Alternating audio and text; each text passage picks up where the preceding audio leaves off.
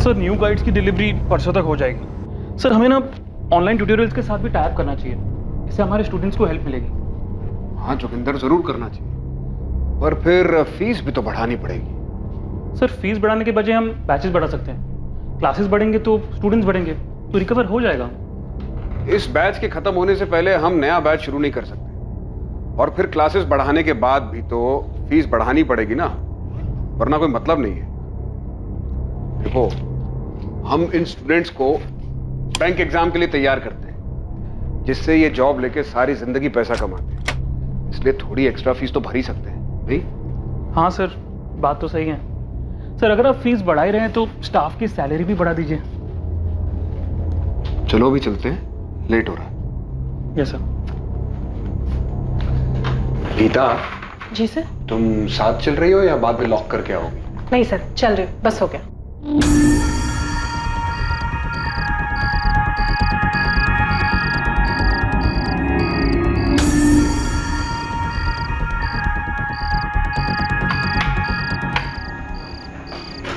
मैंने sample paper download कर लिया, बाकी कल करूंगी। उस सैम्पल पेपर के साथ अगर बैंक इंटरव्यूज हो तो वो भी मेल कर देना। हाँ ठीक है। Thank you. चलो कल मिलते हैं। Yes sir. Good night. Good night sir.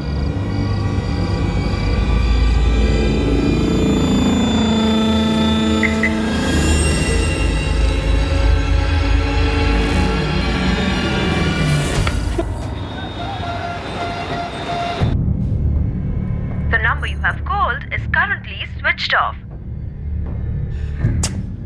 माँ, आप खाना खा लो। वैभव का फोन नहीं लग रहा है। 9:30 बज गए, अब तक तो वैभव को आ जाना चाहिए था। कहाँ रह गया होगा? पता नहीं माँ, ट्राई तो करी हूँ लेकिन फोन लग नहीं रहा। शायद जोगिंदर के साथ कहीं गए होंगे, नेटवर्क इशू होगा। 10 मिनट और इंतजार कर लेते। कहाँ हैं आप वैभव? मैं और माँ आपका खाने पर इंतजार कर रहे हैं।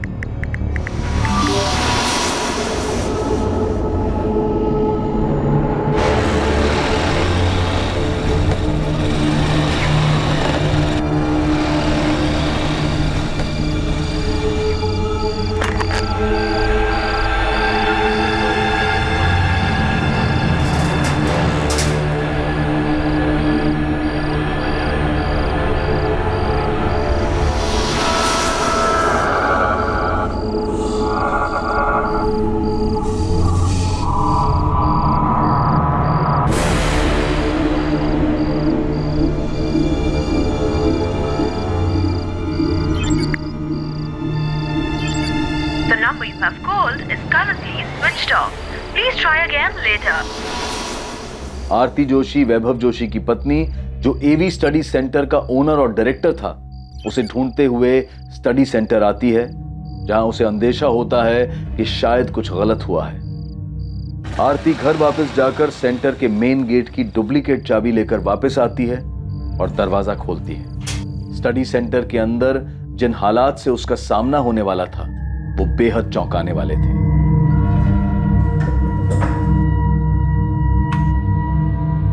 वैभव,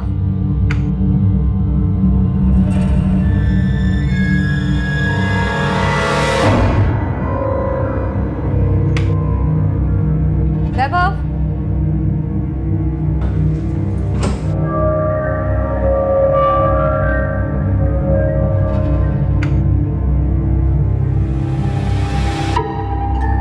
वैभव,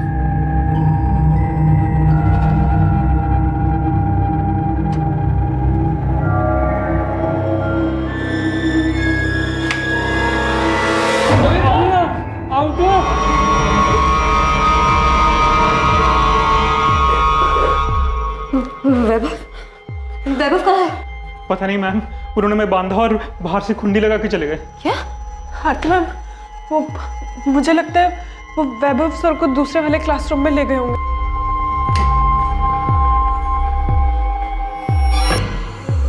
जोगिंदर, गीता, क्या क्या हुआ है यहाँ? ये सब किसने किया? मैम वो 3 लोग थे, तीनों के पास गन्स थे। हम सेंटर से निकल ही रहे थे कि अचानक वो लोग जबरदस्ती हम तीनों को अंदर ले आए। उनमें से 2 लोगों ने मुझे और गीता को क्लासरूम 1 में बांधा और वो तीसरा आदमी वैभव सर को अपने साथ ले गए। ये लोग वैभव को कहाँ ले गए होंगे? मैम हमें नहीं पता वो वैभव सर को कहाँ ले गए या उनके साथ क्या किया? हमें दूसरे कमरे में बंद करके बाहर से कड़ी लगाकर चले गए। वो 3 थे, उनमें से 2 हमें क्लासरूम में लेकर गए और बांध दिया। उसके बाद वो तीसरा आदमी भी वहाँ। तुम्हें उन तीनों की शक्लें याद हैं? शक्ल दिखी ही नहीं, उन तीनों का चेहरा कपड़ों से ढका हुआ था। वैभव कहाँ है? कहाँ ले गए वो लोगों ने? आरती मैम, हमें नहीं पता वैभव सर कहाँ है। गीता, तुम्हारे साथ कोई सेक्सुअल असॉल्ट, कोई जोर जबरदस्ती की उन्होंने? होगा, पर ऐसा कुछ नहीं हुआ। हमारे लास्ट बैच की क्लास 7:30 बजे खत्म हुई थी। वैभव सर और मैं बैच और क्लासेस को लेकर कुछ नए एडिशनल मटेरियल के बारे में बात कर रहे थे। सर मैंने भी अपनी लास्ट क्लास खत्म की और फिर हम तीनों घर जाने के लिए निकले। गीता, जोगिंदर, आप दोनों यहाँ पे पढ़ाते हैं? Yes sir. फिर क्या हुआ? तो फिर वैभव सर और गीता कार की तरफ गए और मैं बाहर निकलकर गेट खोलने गया। और सर जैसे ही मैंने गेट खोला और टर्न किया तो तभी अचानक से वो तीनों हाथ में गन लिए, चेहरा ढके हुए, और हमें गन पॉइंट पर जबरदस्ती सर अंदर की तरफ ले गए। और सर उन्होंने जबरदस्ती वैभव सर से सेंटर का लॉक खुलवाया। सर वो लोग हमें यहाँ से क्लासरूम की तरफ लेकर गए थे। उन तीनों में से एक आदमी जो बाकी दोनों को ऑर्डर दे रहा था, उसने उन दोनों को हमें इस कमरे में बंद करने को कहा। मुझे वैभव की चिंता हो रही है। पता नहीं ये लोग कौन है, क्या चाहते हैं। ये तो आप ही लोगों को बताना होगा कि वो लोग कौन हो सकते हैं। सर डायरेक्टर केबिन बैग मिला, इसमें 3 मोबाइल। मैम ये फोन तो मेरा है। और मैम ये फ़ोन मेरा है। ये फोन तो वैभव का है। आरती जी, आपके कोचिंग सेंटर में कहीं सीसीटीवी लगा? नहीं सर।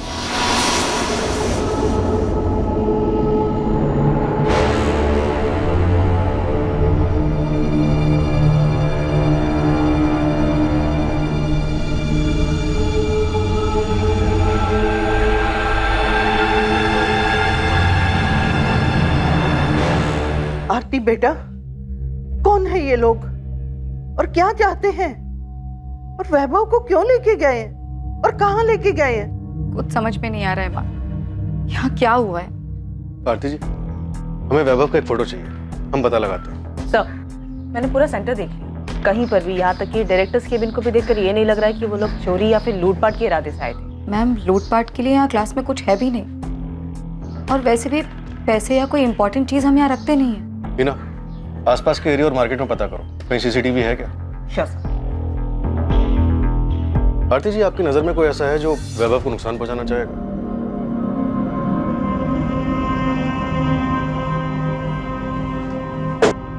आरती जी, हमने जोगिंदर और गीता से 3 बार पूछताछ की। उनके बयान से यही सामने आया है कि वो तीनों नकाबपोश आपके पति वैभव जोशी के लिए आए थे। लेकिन क्यों? वो लोग मेरे पति वैभव को ही क्यों ले गए? सर वैभव की किसी से क्या दुश्मनी हो सकती है? 5 साल से कोचिंग क्लासेस चला रहा है, पढ़ाने का काम करता है, बिल्कुल सीधी सादी जिंदगी है उसकी। पर मोहन जी, आपके जीजा वैभव जोशी की सीधी सादी जिंदगी में कुछ तो टेढ़ा हुआ होगा, जो 11 अगस्त की रात को 3 बंदूकधारी बंदूक की नोक पर उन्हें उठाकर ले गए, उनका मोबाइल पीछे छोड़ गए। इतनी प्लानिंग के पीछे कोई तो वजह होगी। सर मुझे तो कुछ नहीं पता। आरती, उन्होंने तुम्हें कुछ बताया था? नहीं भैया, मुझे उन्होंने कुछ नहीं बताया था ऐसा। और इनफैक्ट आप माँ जी से भी पूछ सकते हैं, उन्हें भी कुछ नहीं पता। और आरती जी, कुछ तो है, क्योंकि जो 3 लोग आए थे वो ऐसे नहीं आए थे, वो पूरी प्लानिंग के साथ आए थे। प्लीज आप लोग मेरे पति को ढूंढिए। मीनाक्षी जी, आपका और आरती जी का फोन सर्वेलेंस पे डाल दिया, लैंडलाइन फोन भी टैप किया जा रहा है। फिर आरती का कॉल आते ही हम उन लोगों तक पहुंचेंगे और वैभव को सही सलामत वापस लेकर आने की पूरी कोशिश करेंगे। पर वैभव को कौन किडनैप करेगा और क्यों? वैभव को कभी किसी से कोई धमकी मिली, कोई दुश्मनी या फिर कोई झगड़ा? नहीं, वैभव ने ऐसा मुझे कुछ नहीं बताया। पार्वती जी, किशोर जी, आप तो उसकी बहन और जीजा हैं, क्या वैभव ने कभी कुछ शेयर नहीं किया? हमें इस बारे में कुछ भी नहीं पता, और भैया ने हमें कभी बताया भी नहीं इस बारे में कुछ। हो सकता है आरती भाभी को कुछ बताया हो। इस बारे में वो भी कुछ नहीं जानता। सर, मैंने कोचिंग क्लास के आसपास का एरिया, पूरा मार्केट छान मारा, यहाँ कहीं भी सीसीटीवी नहीं मिला, और यहाँ कोई एटीएम भी नहीं है कि उसके सीसीटीवी से हमें कुछ मिल जाता। पहली बार आरती 10:45 पौने 11 बजे सेंटर पर आई, फिर चाबी लेकर 11 बजे दोबारा आई, तो मतलब वो 11 बजे से पहले ही वैभव को ले गए होंगे। आसपास के लोगों से, दुकानदार से पता किया? सर, मैंने मार्केट के लगभग सभी दुकान वालों को वैभव की फोटो दिखाई, सबका यही कहना है कि किसी ने कोई खास ध्यान नहीं दिया। 9-10 बजे तक लगभग सभी दुकानें बंद भी हो जाती हैं। उसके बाद वो लोग वैभव को कहीं लेके गए होंगे तो ज्यादा लोग रास्ते पर रहे नहीं होंगे। ठीक है, सेंटर के लोगों से बात करनी पड़ेगी। इस कोचिंग सेंटर में कुछ तो अजीब हुआ। 11 अगस्त की घटना निश्चित तौर पर एक ऐसे हैरतअंगेज जुर्म की तरफ इशारा कर रही थी, जहां 3 हथियारबंद नकाबपोशों ने हमला तो किया, लेकिन जोगिंदर और गीता को बिना नुकसान पहुंचाए सिर्फ वैभव जोशी को साथ लेकर फरार हो गए। यह घटना क्या वाकई किडनैपिंग की थी या सिर्फ वैभव जोशी को चोट पहुंचाने की एक सोची समझी साजिश? अरविंद, 5 साल पहले जब ये कोचिंग सेंटर खुला था, आप तब से यहाँ पर काम कर रहे हैं? जी। तब तो आप सब कुछ जानते होंगे, सेंटर को, सेंटर के लोगों को।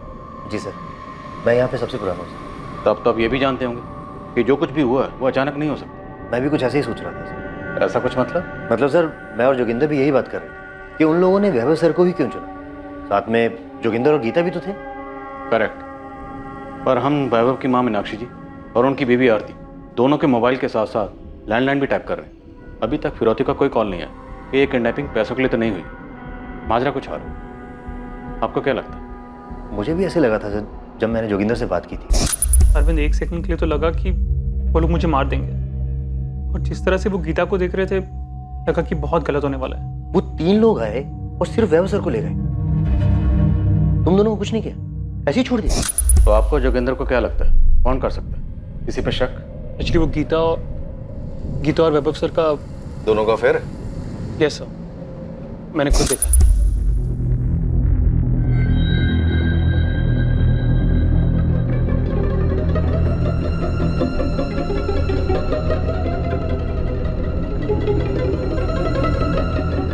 सर एक्चुअली अरविंद को भी उनके अफेयर के बारे में पता है, इसलिए हमें ऐसे लगा कि इस तरह से 3 लोग आए और सिर्फ वैभव को उठाकर ले गए। ये सब नाटक था, फर्जी था, असली मकसद कुछ और है। तो वैभव ने ये किडनैपिंग का ये सारा ड्रामा अपने किसी मकसद में कामयाब होने के लिए किया, और साथ में गीता भी शामिल है। पता नहीं सर, मैं तो आपको वो बता रहा हूँ जो वैभव सर और गीता के बीच में चल रहा था। पर सर, ईमानदारी से बोलूँ तो ये बात कुछ हजम नहीं हुई कि एक को उठा के ले गए और 2 को सही सलामत छोड़ दिया।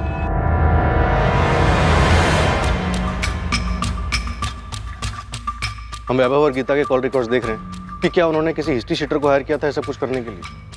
बाकी तो अपने लेवल पे पता कर। ठीक है साहब, मैं अपना नेटवर्क काम पे लगा देता हूँ। बाकी अगर ये अंदर की मिलीभगत है तो मुझे लगता नहीं कि किसी हिस्ट्री शीटर को ये काम दिया होगा, बल्कि 99.9% बोल सकता हूँ कि गन भी नकली होंगी। अपनी थ्योरी लगाना बंद कर उस्मान, और जो बोला है वो पता कर कि क्या ऐसा कुछ कोई ड्रामा था, और इस ड्रामे को खेलने के लिए क्या किसी हिस्ट्री शीटर को हायर किया गया था?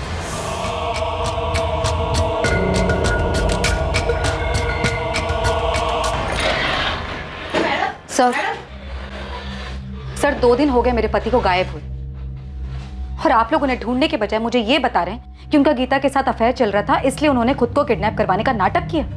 आरती जी, हम ये नहीं कह रहे हैं कि ऐसा ही हुआ है, लेकिन जो हुआ है उस पर यकीन नहीं किया जा सकता। अभी तक फिरौती का कोई कॉल नहीं है, तो वैभव को अपने साथ क्यों लेकर गए? सर, ये पता लगाने का काम आप लोगों का है। आप लोग उन्हें ढूंढ नहीं पा रहे, इसलिए कहानी बना रहे। आपको इन बातों पर विश्वास हो रहा होगा, लेकिन मुझे नहीं है।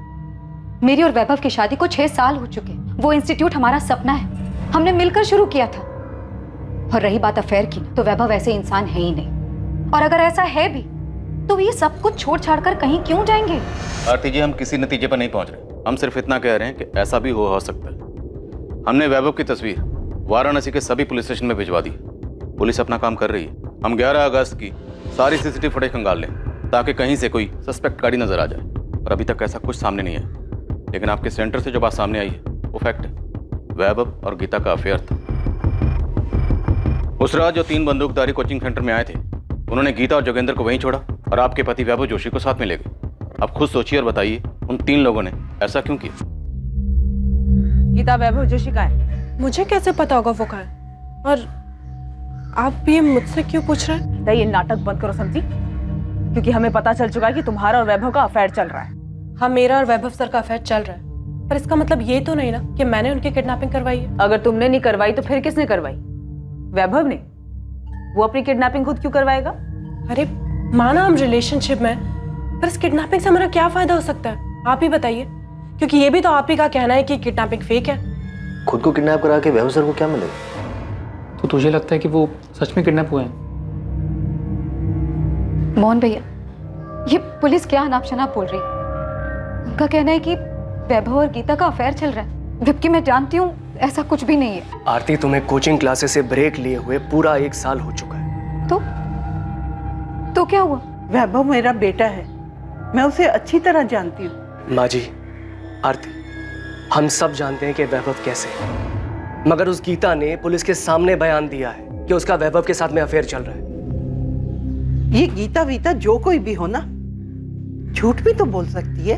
मगर माँ जी, अगर किसी औरत का किसी शादीशुदा मर्द के साथ नाम जुड़ता है और वो बात सच भी हो तो भी औरत मानती नहीं है, झुटला देती है। लेकिन यहाँ तो उल्टा ही हो गया है। गीता सीना ठोक कर कह रही है कि उसका और वैभव भाई साहब का अफेयर है। ठीक है, उसने मान लिया, मैंने भी मान लिया कि गीता और वैभव का अफेयर चल रहा है। लेकिन इससे ये कैसे साबित होता है कि मुझे छोड़कर गीता के साथ जाने के लिए उन्होंने खुद को किडनैप करवा लिया? क्यों? अब भी आप यही कहेंगे कि आपको नहीं पता वैभव कहाँ है? हाँ हाँ हाँ, और कैसे कहूँ, कितनी बार कहूँ आपसे? मैं सिर्फ कह ही नहीं रही हूँ, मुझे सच में नहीं पता वैभव सर कहाँ है। ठीक है, अभी आप जा सकती हैं, लेकिन सिर्फ यहाँ से, वाराणसी से बाहर नहीं, क्योंकि अब तो आपको पता है ना कि हमें पता है कि आपके और वैभव के बीच में क्या चल रहा है। सर 4 दिन हो गए, गीता और वैभव के कॉल रिकॉर्ड शांत हुए, लेकिन ऐसा कुछ नहीं मिला जिससे लगे कि ये दोनों ऐसी कोई प्लानिंग कर रहे थे। देखा जाए तो आरती का पॉइंट तो सही है। इस तरह खुद को किडनैप करवा के वैभव को क्या हासिल होगा? उसके बैंक अकाउंट तक आरती के साथ ज्वाइंट में है, एक पैसा इधर से इधर नहीं हुआ। बात तो सही है सर, वैभव ऐसा क्यों करेगा? कोचिंग क्लासेस खोलना उसका सपना था। एग्जैक्टली, वही तो पॉइंट। हेलो, आपको अंदाजा है हमारे देश में कितने लोग बेरोजगार हैं? कौन बोल रहा? देश में फैली बेरोजगारी का अंदाजा है कुछ? पहले तुम बताओ, तुम बोल कौन रहे हो? मैं वो हूँ जिसका कोई चेहरा नहीं है, उन लाखों करोड़ों में से एक बेरोजगार जो एक नौकरी पाने के लिए दर दर ठोकरे खा रहा है। तुम ये बताओ कि मुझसे क्या चाहते हो? 1 साल की कोचिंग की फीस 60,000 रुपये, 40,000 रुपये ऊपर से नौकरी दिलवाने की गारंटी के। कितने हुए? पूरे 1 लाख रुपए। मैं अकेला नहीं हूँ जिसने 1 लाख रुपए भरे। 1 लाख भरने के बाद भी नौकरी नहीं है। क्या इस सब का वैभव जोशी के एवी कोचिंग सेंटर से कुछ लेना देना है? जब कोई बिना रोजगार भूखा मरता है ना, पूरे 1 लाख रुपए भर के, तब उसकी परेशानी किसी को नहीं दिखती, उसकी समस्या, उसकी मेहनत। पर अब मैं निश्चिंत हूँ, क्योंकि अब आपके पास भी एक परेशानी है, ये जानने की कि जिसने मुझे परेशान किया उसके साथ क्या हुआ, क्यों हुआ। हेलो हेलो, दिलीप, पता करो ये फोन कहाँ से है। पता करता हूँ सर।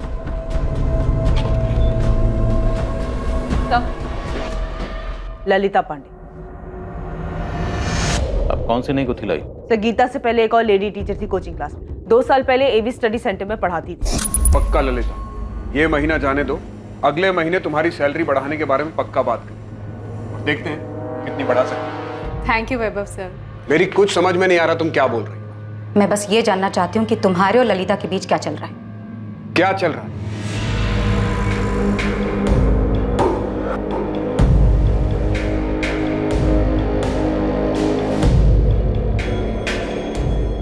मैम, ये वैभव सर ने दी। ये क्या है?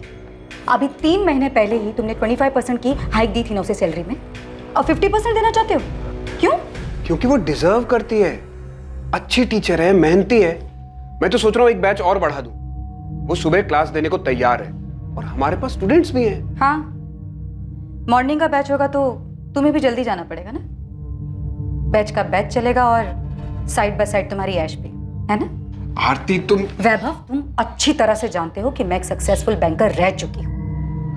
बिजनेस और उसकी बारीकियां ना अच्छी तरह से पकड़ लेती हूँ, और मुझे नजर आ रहा है कि मेरा बिजनेस और मेरी पर्सनल लाइफ ना दोनों कहाँ जा रहे हैं। तुम गलत सोच रही हो। मेरे और ललिता के बीच में ऐसा कुछ नहीं चल रहा। कुछ नहीं चल रहा है ना? ठीक है, तो कल जाकर ललिता से ना सामने सामने पूछ लेते हैं कि तुम दोनों के बीच क्या है और क्या नहीं। जहां एक तरफ गीता के साथ वैभव का अफेयर इस किडनैपिंग के पीछे की वजह दिखाई दे रहा था, वहीं दूसरी तरफ सामने आया एक अज्ञात फोन कॉल जिसमें नौकरी देने का झांसा देकर पैसे लेने की बात भी सामने आई। फिर अचानक ललिता नाम की महिला का खुलासा हुआ। ललिता 2 साल पहले एवी स्टडी सेंटर में पढ़ाती थी, जिसका वैभव के साथ अवैध संबंध था। क्या वैभव के अगवा होने के पीछे इन 3 कारणों में से कोई एक कारण था, या वजह कुछ और ही थी? तहकीकात के दौरान इस केस में अभी पुलिस के सामने कई चौंकाने वाले सच आने बाकी थे। पहले गीता, अब ललिता, योगेंद्र शर्मा, अरविंद कश्यप, वैभव जोशी के बारे में और क्या बताना बाकी? अब सब कुछ एक साथ बताओगे या भी किस्तों में बताओगे? नहीं सर, वो हमें बाद में लगा कि वैभव सर गीता के कारण खुद की किडनैपिंग क्यों कराएंगे, इससे उन्हें क्या मिलेगा, बल्कि जो है वो भी चला जाएगा। सब फिर याद आया कि 2 साल पहले जब वैभव सर का ललिता के साथ रिलेशन था, तब आरती मैम भी यहाँ काम करती थी, और जब आरती मैम को इन दोनों के बारे में पता चला तो उन्होंने तमाशा किया और बहुत बेइज्जती करके ललिता को कोचिंग सेंटर से निकाल दिया था। रेजिग्नेशन दे और निकल जाए यहाँ से। दोबारा ना अपनी शक्ल मत दिखाना मुझे। आरती पहले लेकिन मेरी बात तो सुनो। लेकिन कुछ नहीं। क्या बात सुनो तेरी? हाँ, अपनी नौटंकी की दुकानदारी उठा और दफा हो जाए यहाँ से। अगर मैं जाने से मना कर दूं तो? मना करके तो देख, ऐसी हालत करूंगी ना तेरी तो सोच भी नहीं सकती। धमकी नहीं दे रही हूं, सच बोल रही हूं। मैं और वैभव पति पत्नी है। तेरी तरह हर किसी का पैसा देखकर ना मुंह नहीं मारते फिरते हम लोग। निकल जा यहाँ से, वरना तेरे बाल खींचकर घसीटते हुए तुझे धक्के मार कर निकालूंगी यहाँ से। Get out! और सर फिर हमें लगा कि अगर वैभव सर को सच में किसी ने किडनैप किया है तो वो कौन हो सकता है और क्यों। फिर हमें ललिता का ध्यान आया सर ललिता इतनी आसानी से अपनी बेइज्जती भूलने वालों में से नहीं थी, और जिस तरह उस दिन वो कोचिंग सेंटर से गुस्से में रोते हुए निकली थी सर, हमें लगा कि। तो आप लोगों को लगा कि वैभव जोशी को गीता ने नहीं, ललिता ने किडनैप करवाया होगा। तुमको सबूत चाहिए? सबूत नहीं, बस कंफर्म कर रही हूँ कि काम हुआ या नहीं। तुमने उसे ठिकाने लगा दिया? हाँ, लगा दिया। पक्का? तुमने ये काम किसी और पे तो नहीं छोड़ा? नहीं, मैंने खुद किया है। तुमको हम पे भरोसा नहीं है क्या? यकीन करो, हमने काम पूरा कर दिया। तुमको डरने की जरूरत नहीं, सब ठीक से हुआ है। कहाँ रहती है ललिता? सर इलाहाबाद। उसका फोन नंबर, एड्रेस सब लिखो, और उसकी फोटो भी चाहिए। सर, एक बुरी खबर है। इलाहाबाद के Azad Nagar police station area में एक डेड बॉडी मिली। और वो डेड बॉडी वैभव जोशी की है? जी सर। मतलब ये झूठा किडनैपिंग का नाटक नहीं था। जोगिंदर और गीता की तरह इसके भी हाथ और मुंह बांधा गया था। Yes sir. सब आजाद नगर पुलिस स्टेशन हमें बॉडी हैंड ओवर कर रही है। 14 वार किए गए, इतनी बेरहमी से। इस बेरहमी की कोई तो वजह होगी। अगर उन्होंने उसे मारना ही था तो कोचिंग सेंटर में क्यों नहीं मारा? 3 घंटे का रास्ता तय करके इस तरह इलाहाबाद क्यों लेकर गए? हत्यारे वैभव को अगवा कर कत्ल करने के मकसद से ही आए थे, लेकिन इस जुर्म को अंजाम देने वाले अपराधी से पुलिस की इन्वेस्टिगेटिंग टीम न सिर्फ अनजान थी बल्कि कोसों दूर थी। वैभव जोशी की जिंदगी से जुड़े कई और पक्ष अब पुलिस के सामने आने वाले थे।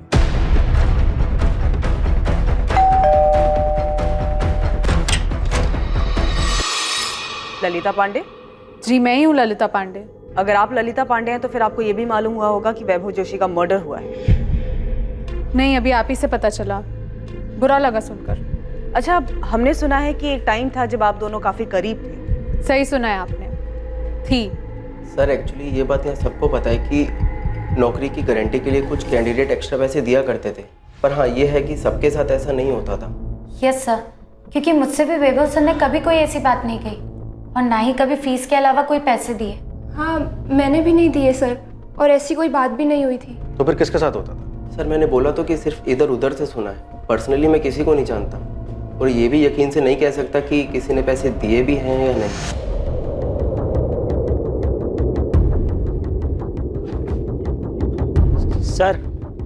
सर मुझे कुछ बताना था आपको। वो तो मैं तुम्हारी शक्ल देखते समझ गया। बोलो। सर मैंने भी जॉब गारंटी के लिए वैभव सर को पैसे दिए थे। देखो योगेश, ये लीगल तो है नहीं कि लिख के दे दूं कि नौकरी मिल जाएगी। हाँ, जबान दे सकता हूँ कि नौकरी मिल जाएगी। अब भरोसा कर सकते हो तो ठीक है, ये तो कोई बात नहीं। सर भरोसा है सर। सर मैं पैसे भी दे दूंगा, पर नौकरी तो मिल जाएगी ना सर? सर मुझे नौकरी की बहुत जरूरत है। अरे नौकरी की जरूरत किसको नहीं है, मैं तो सिर्फ 50,000 बोल रहा हूँ, लोग लाखों लिए घूम रहे हैं। अब मेरी बात ध्यान से सुनो, फीस के अलावा 50,000 देने होंगे, वो भी कैश में, और ये बात जाके बाहर किसी को बताना मत। सर मैंने उन्हें पैसे दिए थे सर, अब मेरे पैसे, मेरी नौकरी का क्या होगा सर? निखिल बता रहा था कि वैभव जोशी ने और भी स्टूडेंट से पैसे लिए थे। बता सकते हो किस किस से लिए थे? सर पैसे तो बहुत लोगों ने दिए होंगे, किस किस ने दिए ये नहीं मालूम सर, पर जिस दिन वैभव सर किडनैप हुए थे उस दिन मुझे एक पुराने स्टूडेंट मिला था मुझे इस कोचिंग सेंटर में। तुम एवी स्टडी सेंटर में हो? हाँ। नौकरी की गारंटी के लिए पैसे दिए हो? दिए हो तभी इतने परेशान दिख रहे हो इनके गायब होने से। आपको कैसे मालूम कि मैंने पैसे दिए हुए? तुम अकेले नहीं हो जिसे नौकरी का जासा डालकर ये कमीना पैसा लिया है। अरे ऐसा मत बोलो भाई, मैंने पूरे 50,000 रुपए दिए। 40 से 50 का डाला? 50,000 तो डूब गए, ना नौकरी मिलेगी और ना ही पैसा। क्या पता, शायद वैभव जोशी भी कभी ना मिले। उसने कहा था कि वैभव जोशी नहीं मिलेगा। हाँ सर, कुछ ऐसा ही बोला था उसने। कौन था ये लड़का? कौन था ये तो नहीं मालूम सर, ना मैंने उसे नाम पूछा ना उसने बताया कुछ। इसी कोचिंग क्लास में आता था वो? मैंने उसे देखा तो नहीं कभी, पर कभी तो आया होगा ना सर, तभी तो उसको मालूम है कि वैभव सर नौकरी की गारंटी के लिए पैसे लेते हों। दिलीप, आज से लेकर पिछले 5 साल तक एवी कोचिंग सेंटर के जितने भी स्टूडेंट्स हैं सबकी डिटेल निकलवा। Yes sir. मैं भी एडमिन ऑफिस से डिटेल्स निकलवाता हूँ, वहाँ पता चल जाएगा कि लड़का कौन था जो योगेश से मिला था। तब तक मैं आरती से मिलता हूँ। अगर वैभव जोशी नौकरी देने के नाम पर झांसा देने वाला कोई रैकेट चला रहा था तो उसकी बीवी आरती को तो पता ही होगा। Right sir.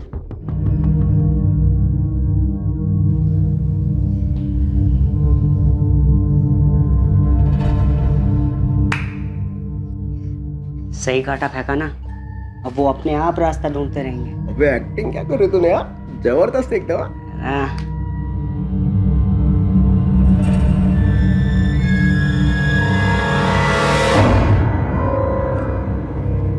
सीधा सीधा मेरा नाम आगे करना जरूरी था क्या? समझो जरा, तुम्हारी बात निकली तभी तो ललिता तक गई। लेकिन मैं ललिता नहीं हूँ, ना ही मैं चाहती हूँ जैसा उसके साथ हुआ वैसा मेरे साथ भी। मैं सबके सामने तमाशा बन गई थी, और मेरे और आरती के बीच में जो भी हुआ उसमें भी मेरा ही तमाशा बना। और सबसे बढ़कर वैभव, उसने भी हमारे रिलेशन को तमाशा बनाकर रख दिया था। वैभव ने आपके प्यार का तमाशा बनाया तो आपने बदला ले लिया, जान से मार दिया। बदला? 2 साल बाद बदला लेकर मुझे क्या मिलेगा? मैंने जो खोया है वो वापस कभी नहीं आ सकता। प्यार करती थी मैं वैभव से, शादी करना चाहती थी उससे। अगर तुम आरती को छोड़ दोगे तो उसकी सारी बदतमीजियों का जवाब मिल जाएगा उसे। निकाल बाहर करो आरती को प्लीज वैभव। वैभव, हम साथ में मिलकर अपनी एक नई कोचिंग क्लासेस शुरू कर सकते हैं। डिवोर्स दे दो आरती को। ये जगह मेरे अकेले की नहीं है, उसका भी हिस्सा है इसमें, और सिर्फ उसका ही नहीं उसके भाई का भी हिस्सा है। उसे डिवोर्स दे दूंगा तो मैं बर्बाद हो जाऊंगा।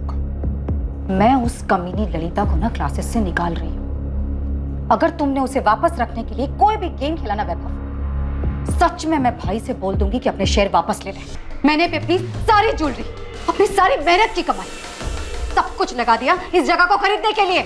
ललिता को मैं निकाल रही हूँ, और उसे वापस रखने के लिए अगर कोई भी चाल चली ना तुमने, तो ये जितना भी कुछ है ना सब छीन लूंगी, बर्बाद कर दूंगी तुम्हें। तुम तो बहुत ही घटिया आदमी निकले, कायर किस्म के। प्यार नाम की कोई चीज नहीं है तुम्हें। प्यार तो क्या, तुम्हारे अंदर विल पावर तक नहीं है कि तुम अपने भरोसे, अपने दम पर मेरे साथ अपनी एक नई कोचिंग क्लासेस खड़ी कर सको। तुम्हें जो समझना है समझो, लेकिन अच्छा यही है कि तुम चली जाओ यहां से। मैंने इतनी मेहनत के साथ ये सब कुछ खड़ा किया है, मैं इसे खो नहीं सकता, नहीं छोड़ सकता इसे। तब सच में मेरा मन किया कि मैं मार दूं, उसे भी और उस आरती को। वैभव तो मर चुका है, अब किसकी बारी है? आरती की। तब तो आप आरती के बारे में भी इतनी छानबीन करेंगे ना जितनी मेरे बारे में की है। ललिता, हमें आदत है लोगों को एक दूसरे पे इल्जाम लगाते देखने सुनने की। इल्जाम नहीं लगा रही हूँ, सीरियसली पूछ रही हूँ। आपको क्या लगता है आरती अपने पति का मर्डर नहीं करवा सकती?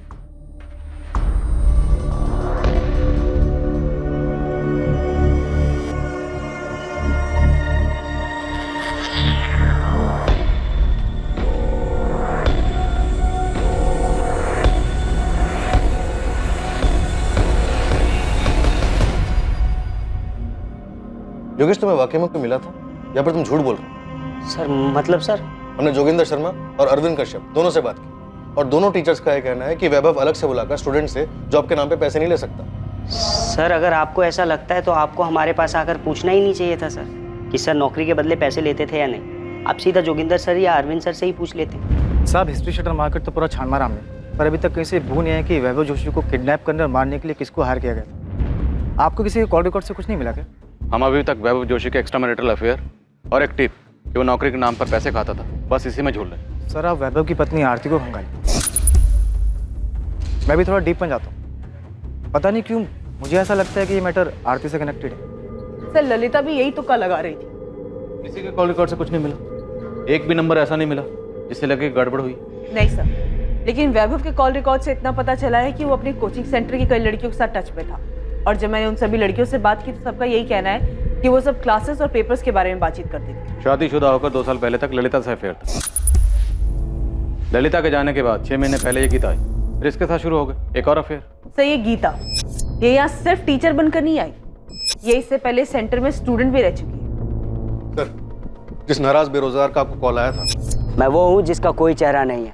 उसका नाम, एड्रेस सब फर्जी। उस सिम से सिर्फ एक ही फोन किया गया था जो आपको आया था। और सर वो योगेश पाल जिसने हमें लीड दी थी कि वो कोचिंग क्लास के किसी एक्स स्टूडेंट से मिला था, जिसने बताया था कि वैभव नौकरी का लालच देकर पैसे लेता था। नजर रखो इस योगेश पाल पर। जिस बेरोजगार की बात कर रहा है हो सकता है ये खुद ही हो और झूठ बोलकर हमें गुमराह कर रहा है।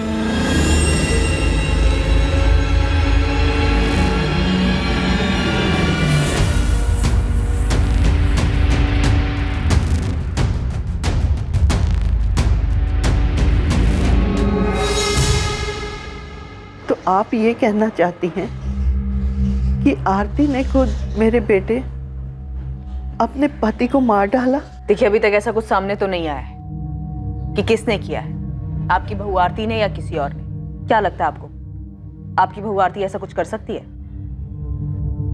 किशोर, वैभव आपका काफी अच्छा दोस्त था। जी सर, हम दोनों एक दूसरे के बहुत करीब थे। जीजा साले कम दोस्त ज्यादा थे। पार्वती जी, आपको क्या लगता है कौन मार सकता है वैभव? क्योंकि हमें अभी तक कोई भी खास सुराग नहीं मिला कि आरती का हाथ हो सकता है वैभव को मरवाने में। हाँ सर, मुझे पता था वैभव स्टूडेंट्स को चीट कर रहे थे, जॉब का प्रॉमिस करके उनसे कैश लेते थे। ऐसे एक नाराज स्टूडेंट का फोन आया था मुझे। कोई भी नाराज होगा। और ये सब तब शुरू हुआ था जब मैंने अर्थराइटिस की वजह से क्लासेस से ब्रेक लिया था। और उस एक साल में वैभव बहुत बदल गए थे। वो सिर्फ बेईमान ही नहीं हुए थे, बल्कि काम को लेकर अपने सारे एथिक्स, रिस्पॉन्सिबिलिटीज सब भूल गए थे। हमारी शादी को 1 ही साल हुआ था, तो हमने सोचा कि मिलकर क्लासेस स्टार्ट करेंगे, उसे एक अच्छा इंस्टीट्यूट बनाएंगे। उसके लिए हमने मेहनत की सारी कमाई, सारी सेविंग सब लगा दी, लेकिन वैभव ने सब बर्बाद कर दिया। वैभव का मर्डर आपने किया? क्या? ये आप क्या कह रहे? मैं उनका मर्डर क्यों करूंगी? मैं जानती हूँ कि वो बेईमान हो गए थे, गलत चीजों में पड़ गए थे, अफेयर शुरू हो गए थे उनके, वो स्टूडेंट्स को चीट कर रहे थे, लेकिन फिर भी उनका मर्डर करके मुझे क्या मिलेगा? ये आपके कॉल रिकॉर्ड्स।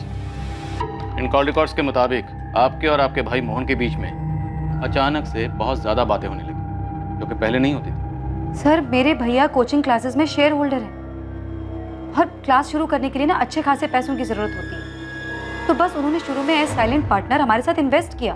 आरती जी, या तो आप मेरा सवाल समझी नहीं या फिर शायद समझना चाहती नहीं। मेरा सवाल यह है कि आप दोनों भाई बहन के बीच में अचानक से इतनी ज्यादा बातें क्यों होने लगी? सर, मोहन मेरे भाई है, मैं उनसे कभी भी बात कर सकती हूँ। और अर्थराइटिस की वजह से जो मैंने ब्रेक लिया था क्लास से, तो एडमिनिस्ट्रेटिव मैटर्स में मुझे उनकी हेल्प लगती थी। अच्छा ये बताइए कि अगर वैभव नहीं रहते तो कोचिंग सेंटर पर पूरा मालिकाना हक आपका और आपके भाई, अब दोनों का ही होगा ना?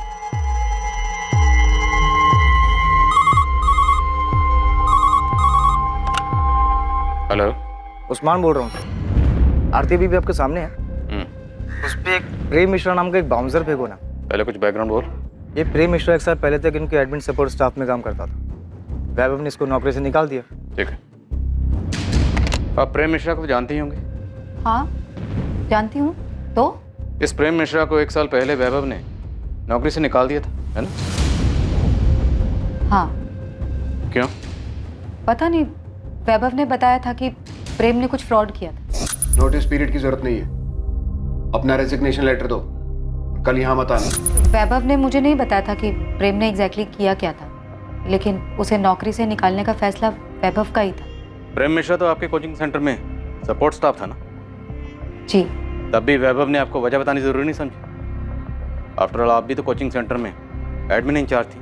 वैभव ने प्रेम को कई बार जाली साइन करते हुए और चेक से पैसे निकालते हुए पकड़ा था। अब ये तो प्रेम मिश्रा ही बताएगा कि उसने क्या घपला किया था। ये सारे सवाल आप मुझसे क्यों पूछ रहे हैं? बेफिक्र रहिए, ये सारे सवाल हम प्रेम मिश्रा से भी पूछेंगे उससे कि उसने क्या घपला किया था।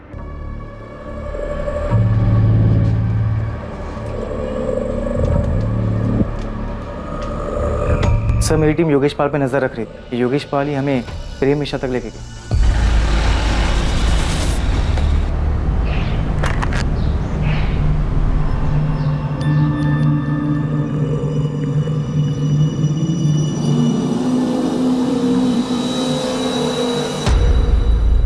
साहब, उसी दिन मुझे योगेश पे शक हुआ। सोचा देखे आखिर ये चीज़ क्या है। देखो तो साहब क्या निकला, एक्स स्टूडेंट नहीं, एक्स एम्प्लॉय के साथ मिला जिसे नौकरी से निकाला गया। अभी इस्तीफा दे और निकल यहाँ से।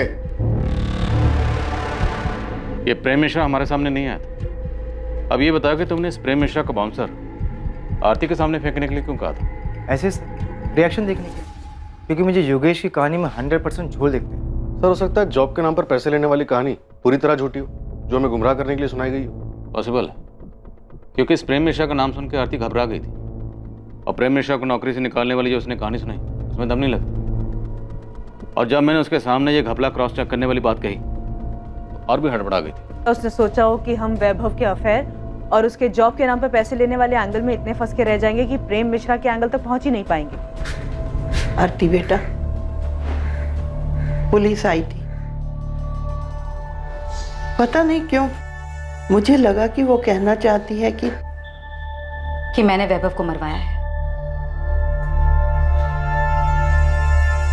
माँ, मैं मानती हूँ कि मेरे और वैभव के बीच सब कुछ ठीक नहीं था, लेकिन मेरे अंदर इतनी घिनौनी सोच ने कभी जन्म नहीं दिया कि मैं वैभव को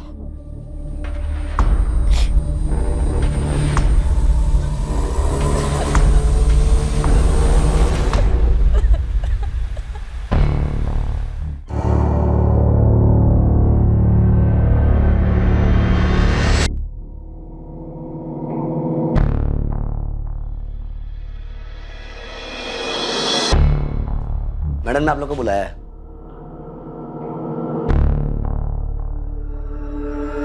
hello ma'am. Please have a seat. आपकी चिट पढ़ी मैंने, उसमें लिखा था कोचिंग क्लासेस के जीएसटी भरने में कुछ प्रॉब्लम है, लेकिन सुरेश जी ने मुझे इस बारे में कुछ नहीं बताया। सुरेश जी आपको कॉल कर रहे थे, लेकिन आपका फोन नॉट रीचेबल आ रहा। मैं आपको सब समझा देता हूँ, एक सेकंड। ये देखिए, ये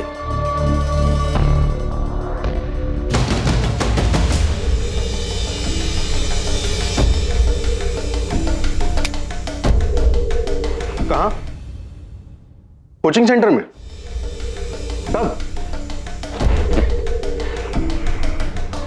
सर आपको वैभव जोशी याद है? हाँ, वो एवी कोचिंग सेंटर वाला ना? हाँ सर, उसकी बीवी आरती जोशी का मर्डर हो गया। कब? कहाँ? सर कोचिंग क्लासेस, उसके खुद के केबिन में। सर वीना क्राइम स्पॉट पर पहुंच रही है। ये आरती बेल पर बाहर थी? Yes sir. आप मुझ पर ये इल्जाम नहीं लगा सकते। हाँ, मैं मानती हूँ प्रेम के साथ मेरा अफेयर था, लेकिन ये अफेयर मैंने वैभव से बदला लेने के लिए किया था। आरती जोशी, बहुत हो गया, बहुत घुमा लिया, अब खेल खत्म। हमें पता है कि आपने प्रेम मिश्रा के साथ मिलकर ये सारी प्लानिंग की। मैंने कोई प्लानिंग नहीं की, किसी को नहीं मारा है। मिलिए, आ गए आपके प्रेम। तो प्रेम मिश्रा जी, प्रेम से बोलेंगे या थोड़ा कष्ट का मिश्रण करें? सर वैभव को मारने का प्लान आरती का ही था। ये झूठ बोल रहा है। सर मैं झूठ नहीं बोल रहा। आरती सब खत्म हो चुका है, तुम भी सच मान लो। नहीं, ये सच नहीं है, ये झूठ बोल रहा है। इसने मारा है वैभव को, और अब इल्जाम मुझ पर लगा रहा है। मेरा इसमें कोई हाथ नहीं। आरती जोशी, इस तरह चीखने चिल्लाने से आप गुनहगार से बेगुनाह नहीं बन जाएंगे। और आरती, वैभव के मर्डर में तुम्हारा मोटिव और हाथ दोनों क्लियर है। क्या सच में आरती वैभव के मर्डर की मास्टरमाइंड थी? हम गलत तो नहीं थे? आरती, सर किसने मारा मेरी बहन को? सर मैं इस कोचिंग का एडमिन इंचार्ज हूँ, चंदर सक्सेना।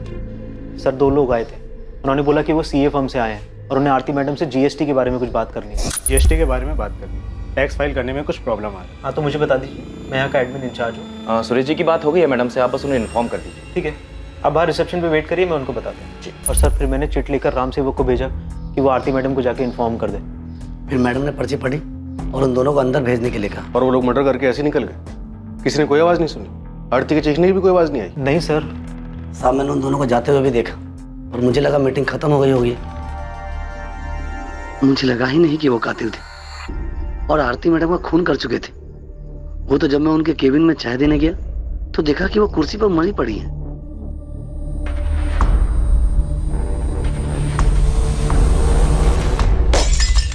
तुमने नहीं भेजा, पर तुम्हारी आरती से बात हुई थी ना कि जीएसटी को लेकर कुछ क्या? कोई बात नहीं हुई। सर, मैंने आपसे कहा था ना, मेरे सीए ने किसी को नहीं भेजा। मेरी भी अपनी सीए सुरेश पुजारी से बात हुई, ना तो उसने आरती से कोई बात की थी, ना उसने किसी को भेजा। तो कौन हो सकता है जो सीए के ऑफिस का बहाना करके आरती से मिलने आया और उसे मारकर चला गया? मुझे कैसे पता होगा सर? मेरी बहन को कोई मार के चला गया। मेरे लिए यही मानना मुश्किल हो रहा है अभी।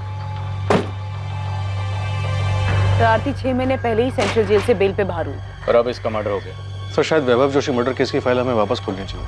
ये प्रेम मिश्रा अभी भी जेल में ही है ना? यस सर, उसने बेल के लिए अप्लाई किया था पर कोर्ट ने रिजेक्ट कर दिया। वो अभी भी सजा काट रहा है।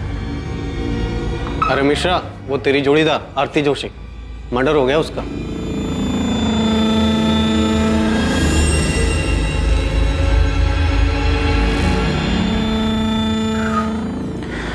किसी ने सच ही कहा है, जैसी करनी वैसी भरनी। क्या आरती का कत्ल वाकई में जैसी करनी वैसी भरनी का मामला था? 2 साल पहले वैभव जोशी का कत्ल हुआ और अब उसकी पत्नी आरती जोशी का भी। जी ठीक है, पुलिस स्टेशन जाना होगा मुझे अभी। पुलिस के कुछ सवालों के जवाब देने हैं। आपको आरती को ऑफिस एडमिनिस्ट्रेशन के इश्यूज संभालने के लिए कहना ही नहीं चाहिए था। मैंने नहीं कहा था उसको, खुद गई थी वो। मुझे समझ में नहीं आ रहा है कि उसे उनसे मिलने की जरूरत क्या थी। सीए के ऑफिस से लोग आए थे ना, मना कर देना चाहिए था यार। आपको ना उस गीता से पहले ही दूरी बना लेनी चाहिए थी। अरे पहले मुझे पुलिस को हैंडल करने दो, देखते हैं क्या सवाल पूछते हैं लोग। बिना मैं जब तक मोहन ठाकुर से बात करता हूँ, तुम आरती जोशी के पिछले 6 महीने के रिकॉर्ड्स निकलवाओ, जब से वो बेल पर जेल से बाहर आई थी। तो हमें वैभव की फैमिली को भी चेक करना चाहिए। उसकी माँ, बहन, जीजा, हो सकता है उनमें से किसी का इस मर्डर में हाथ हो। ठीक है, पता करो, और उस प्रेम मिश्रा के बारे में भी पता करो। Okay sir. नमस्कार साहब। उस्मान, खबर तो मिल गई होगी तुझे? साहब मुझे नहीं, पूरे शहर में खबर फैल चुकी है। आप कुछ पता चला कि कौन है वो लोग? नहीं, लेकिन कोचिंग क्लासेस के पियोन रान सेवक और एडमिन इंचार्ज चंद्र सक्सेना की मदद से हम उन दोनों का स्केच बनवा रहे हैं जिन्होंने आरती का मर्डर किया था। कहना मुश्किल है कि स्केच कितना सटीक बनता है, क्योंकि दोनों सीए फर्म के एम्प्लॉय बनकर आए थे, तो जाहिर है थोड़ा भेस बदल कर आए होंगे। पर खैर, इसके अलावा कोई दूसरा चारा भी नहीं है। कुछ भी करके इन्हें ढूंढ निकालना हो, अपने सारे सोर्सेस, अपने सारे नेटवर्क का इस्तेमाल कर। हमेशा कहा कि वैभव के मर्डर में हम आरती को लेकर गलत थे। एक बार इसका साथ में आना दो साहब, मैं फौरन अपना नेटवर्क काम पे लगा दूँ। आखिर ये दोनों बच के जाएंगे कहाँ? दिलीप, हमें आरती के खिलाफ ठोस सबूत जुटाने होंगे। हम प्रेम मिश्रा और उसके साथियों के बयान पर भरोसा नहीं कर सकते, क्योंकि आरती कोर्ट में यही कहेगी वो बेकसूर है। ऐसे में उसे सजा दिलवाना मुश्किल होगा। 2 साल पहले यानी कि 2017 में पुलिस को एक ब्रेक थ्रू मिला था, जब उन्हें अपने खबरी से यह खबर मिली कि एवी स्टडी सेंटर का एक स्टूडेंट योगेश पाल प्रेम मिश्रा के संपर्क में है। वो प्रेम मिश्रा जो कभी स्टडी सेंटर में काम करता था, आरती जोशी का एडमिनिस्ट्रेटिव डिपार्टमेंट में सहायक था और आरती के साथ उसका अफेयर भी था। ये सारी जानकारी पुलिस के लिए वैभव मर्डर केस में बहुत महत्वपूर्ण साबित होने वाली थी। उस केस में, जिस केस में पुलिस के पास अब तक कोई क्लू नहीं था, कोई सही अंदाजा नहीं था कि वैभव जोशी का मर्डर किसने और क्यों किया। इस केस में पहली सफलता पुलिस को योगेश पाल से मिली जब उसे उठाया गया। बहुत घुमा लिया तूने हमें योगेश पाल। हमें पता है तू किसी एक्स स्टूडेंट से नहीं मिला था। सर मैं सच बोल रहा हूँ सर। अबे सच तो तू तब बोलेगा जब हमारा डंडा चलेगा। 50,000 डंडे गिन के मारना इसे। पहचानता है ना इसे? प्रेम मिश्रा। चल बोल, क्या सेटिंग थी तेरी इसके साथ? इतना तो हमें पता है कि नौकरी के नाम पर पैसे खाने वाली कोई बात नहीं थी। सर हमें पैसे मिले थे, 1 लाख मुझे और 1 लाख निखिल को।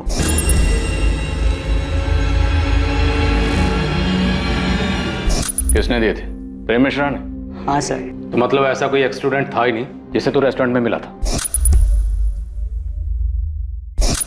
नहीं सर। पुलिस स्टेशन में जो फोन आया था वो किसने किया था? मैंने किया था सर। मैं वो हूँ जिसका कोई चेहरा नहीं है, उन लाखों करोड़ों में से एक जो बेरोजगार घूम रहा है। क्या इस सब का वैभव जोशी के एवी कोचिंग सेंटर से कुछ लेना देना है? जब बिना रोजगार कोई भूखा मरता है ना, वो भी 1 लाख रुपए भर के, तब उसकी परेशानी किसी को नहीं दिखाई देती। पर अब मैं निश्चिंत हूँ, क्योंकि अब आपके पास भी एक परेशानी है, ये जानने की कि जिसने मुझे परेशान किया उसके साथ क्या हुआ, क्यों हुआ। सर मैंने वैभव सर को नहीं मारा सर। सर मुझे और निखिल को 1-1 लाख रुपए मिले थे सर। सर उस दिन जब आप कोचिंग सेंटर आए थे ना सर, तो हमने पहले ही प्लान बना लिया था कि निखिल वो पैसे लेकर नौकरी देने वाली बात उठाएगा और मैं आपको वो पुराने स्टूडेंट की कहानी सुनाऊंगा। योगेश, तू पुलिस को फ़ोन करेगा। उसके बाद जब पुलिस पूछताछ के लिए स्टडी सेंटर आएगी तो निखिल तू पैसे लेकर के नौकरी देने वाली बात को हवा देगा। फिर तू पीछे से पुलिस के पास जाएगा और आग में घी डालेगा कि तुझे एक स्टूडेंट मिला था और उन्हें हिंट देगा कि वैभव को शायद उसी ने मारा।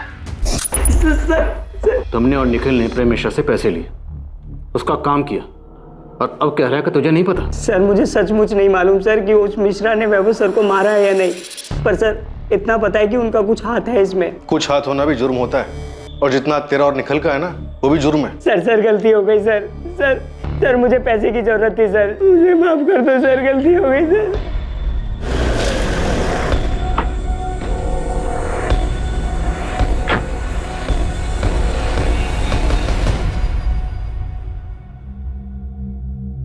प्रेम मिश्रा। जी। योगेश पाल और निखिल कनौजिया हमारी कस्टडी में है। तुझे याद करके बहुत रो रहे हैं। चल।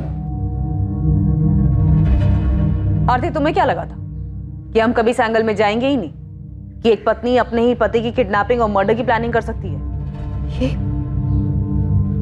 ये सब झूठ है, मैंने ऐसा कुछ नहीं किया। मैंने अपने आज तक के पुलिस के करियर में किसी भी मुजरिम को नहीं देखा कि अब एक बार में अपना जुर्म कबूल कर ले।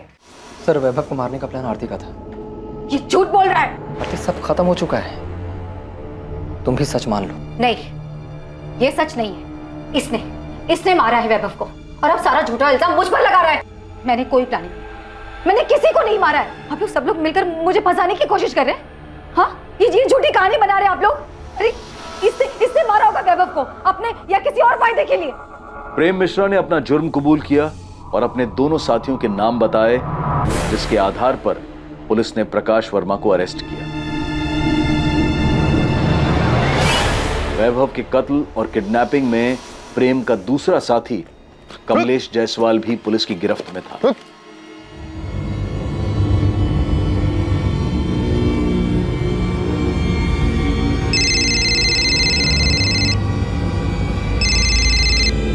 हेलो। अभी तक पहुंचे क्यों नहीं? वैभव स्टडी सेंटर से निकलने वाला होगा। हाँ, बस पहुंच रहे हैं, पास में ही है। याद रखना, सिर्फ वैभव को उठाना है, उसे ही मारना है। हमको अच्छे से पता है क्या करना है, तुम टेंशन मत लो, सब ठीक से हो जाएगा। झूठ बोल रहा है ये। हाँ, हमारा अफेयर चल रहा था, मैंने इसे उस रात कॉल भी किया था, लेकिन वो कॉल किसी किडनैपिंग या मर्डर प्लान के लिए नहीं था। सर, ये झूठ बोल रही है, ये सारा प्लान इसी का था। यही मेरे पीछे पड़ी थी कि वैभव को मार देते हैं। किडनैपिंग से लेके मर्डर का पूरा प्लान इसी ने बनाया था।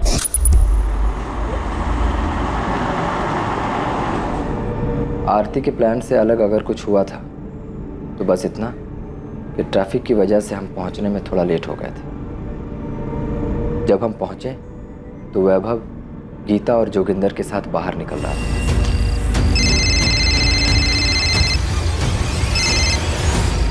प्रेम, काम हो गया? हाँ, हो गया। हम वैभव को लेकर के जा रहे हैं, तुम अपना नाटक शुरू कर दो। जैसा बोला है ना वही करना, कोई गलती मत कर देना। अरे हाँ मेरी जान, तुम टेंशन मत लो, सब वैसे ही होगा। अरे आप इसकी बात सुनी क्यों रहे हैं? मैंने कोई प्लान नहीं किया। झूठ बोल रहा है ये। सर, झूठ मैंने ये बोल रही, और सर वैभव को मारने के बदले इसने मुझे 12 लाख रुपए देने का और मुझसे शादी करने का वादा भी किया था। पूछिए इससे। क्या बकवास कर रहे हो तुम? कौन आपके पति को मारकर उसका इल्जाम आप पर डालेगा? आरती जोशी, अब नाटक बहुत हो गया, बंद करो, अपना जुर्म कबूल करो। मैं कोई नाटक नहीं कर रही, मैंने कोई प्लान नहीं किया। नहीं मारा है मैंने वैभव को। प्रेम मिश्रा ने झूठ बोलकर मुझे फंसाने के पैसे लिए हैं।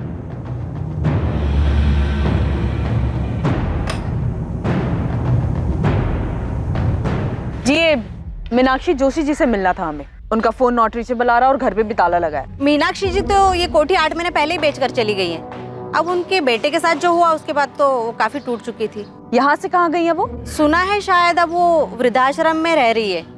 अब बेचारी करती भी तो क्या, अब उनका देखभाल करने वाला भी तो कोई नहीं बचा। आप बता सकती हैं कौन से वृद्धाश्रम में है वो? नाम तो नहीं पता, पर 80 घाट के आसपास ही है कहीं।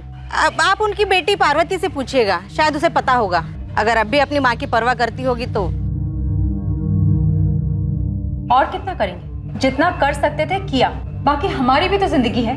घर है, गृहस्थी है, अपना देखें या दूसरों का करते फिरें? देखिए, वैभव के जाने के दुख से माँ जी अभी तक उबर नहीं पाई हैं। सारा दिन उसके बारे में सोचकर, उसे याद करके परेशान होती रहती हैं। अब आप खुद बताइए, जो चला गया उसके लिए कब तक अफसोस करते रहेंगे? पार्वती, वो तुम्हारी माँ है। हाँ तो उन्हें भी तो समझना चाहिए ना।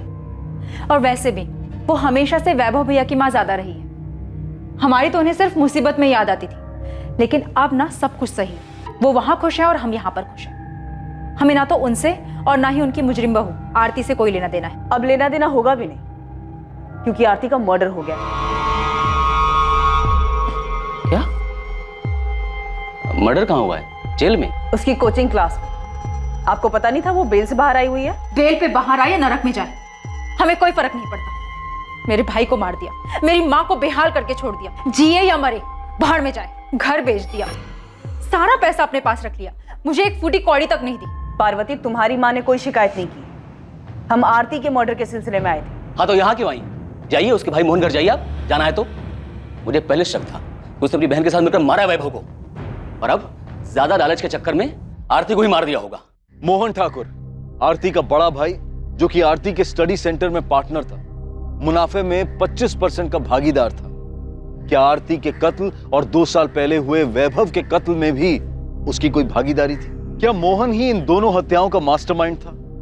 मोहन, जिस पर 2 साल पहले भी पुलिस का ध्यान गया था, पर तब पुलिस उसकी तह तक नहीं गई थी। सर, मैंने अपने सीए से फिर से बात की थी। उसने मुझे बताया कि जीएसटी फाइल करने में कभी कोई प्रॉब्लम थी ही नहीं। मोहन, अब आरती तो रही नहीं, और उसका और वैभव का कोई बच्चा भी नहीं, तो कोचिंग क्लास अब किसकी हुई? सर, मैं समझ रहा हूँ आप क्या कहना चाहते हैं, मगर आपको एक बात बता दूं कि जब आरती जेल में थी तो उसे बाहर निकालने के लिए मैंने अपना दिन रात एक कर दिया था सर। हाँ पता है, 11 लाख का बॉन्ड साइन किया था आरती के लिए। सर, सिर्फ उतना ही नहीं, बेल पर बाहर निकलने के बाद आरती हमारे साथ ही रही थी। उसके पास जाने के लिए कोई जगह नहीं थी। जाहिर सी बात है, वैभव की माँ तो उसे अपने साथ रखती नहीं, और हमने सुना है कि वैसे भी मीनाक्षी। सही सुना तुमने, उन्होंने अपना घर बेच दिया और अब वृद्धाश्रम में रहती है। तो ऐसी हालत में मैंने ही उसे सहारा दिया था सर। वो अपनी जिंदगी एक नए सिरे से शुरू करना चाहती थी, मैंने पूरा सपोर्ट दिया उसे। तुम्हें पता उसकी जमानत कभी भी खत्म हो सकती थी। तो मैं दोबारा बेल करवाता। सर, वैभव के साथ शादी के बाद वो वैसी बहुत भुगत चुकी थी। अब आरती के मर्डर के बाद तो उसकी जमानत का मामला भी खत्म हो गया। तो पता लगाइए ना किसने मारा है आरती को, कि आरती के मर्डर में प्रेम मिश्रा का हाथ हो, या फिर वैभव की फैमिली ने बदला लेने के लिए आरती का मर्डर करवाया है। तुम्हें लगता है कि वैभव जोशी का मर्डर आरती ने करवाया था? सर, मुझे यकीन नहीं था। मैं बार बार आपसे कह रहा था कि आरती ऐसा नहीं कर सकती, और मैं क्या, आरती ने भी आपसे चीख चीख कर यही कहा था कि उसने अपने पति को नहीं मारा है। पहले आप ही लोगों ने कोर्ट में साबित किया कि आरती ने ही अपने पति को मारा है, फिर आप ही ने उसे सजा दिलवाई, और अब आप मुझसे पूछ रहे हैं कि आरती ने सही में अपने पति को मारा था। हम भी ये मानते हैं कि शायद उस केस में हमसे चूक हुई थी। कोई तो ऐसा एंगल था जिसकी तह तक हमें जाना चाहिए था। मोहन, मैंने कुछ लोगों को पड़ोसी से पूछताछ करते हुए देखा। सुषमा, आरती हमारे साथ में रहती, जाहिर सी बात है ये लोग पूछताछ करेंगे। मुझे बहुत डर लग रहा है। डर को अंदर रखो, चेहरे पे मत लेकर आना। वैसे ही इन लोगों को मुझ पे शक हो गया है। मैं नहीं चाहता कि तुम्हारी वजह से कोई मुसीबत खड़ी है। अभी वो पुलिस वाला मुझसे यही पूछ रहा था कि मुझे यकीन है कि आरती ने ही वैभव को मारा है। क्या?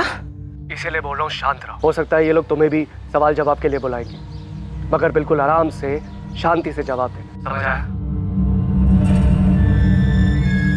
तुमने कहा था कि वैभव का मर्डर आरती का प्लान था, जिसका अब खुद का मर्डर हो चुका है, पर तुम अब भी सजा काट रहे हो। तुम्हें नहीं लगता कि अब तुम्हें सच बता देना चाहिए? सच मतलब पूरा सच। तुमने जानबूझ के आरती को वैभव मर्डर केस में फंसाया था। सजा होने के बाद आप ये सवाल पूछ रहे हैं? हाँ, क्योंकि आरती ने कभी नहीं माना कि उसने वैभव की किडनैपिंग या मर्डर प्लान की थी। उसने आखिर तक कोर्ट में भी यही कहा। मिसेज आरती जोशी, आप पर आपके पति वैभव जोशी को अगवा करने और उनका कत्ल करने और साजिश करने का इल्जाम है। आप ये इल्जाम कबूल करती हैं? सर, मैंने कुछ नहीं किया है, मुझे फंसाया जा रहा है। मेरे पति की किडनैपिंग और मर्डर में मेरा कोई हाथ नहीं है। तुम्हारे कबूल करने के बाद भी आरती ने हमेशा हमारे सामने और कोर्ट में यही कहा कि वो बेकसूर थी। वो बहुत शातिर औरत थी, आखिर तक अपना गेम खेलती रही। वो चाहती थी कि सारा इल्जाम मैं अपने सर ले लूं। शातिर वो थी या तुम? प्रेम चाहे जो कहे, आप लोग चाहे जो माने, लेकिन मैं जानती हूँ कि मैं निर्दोष हूँ।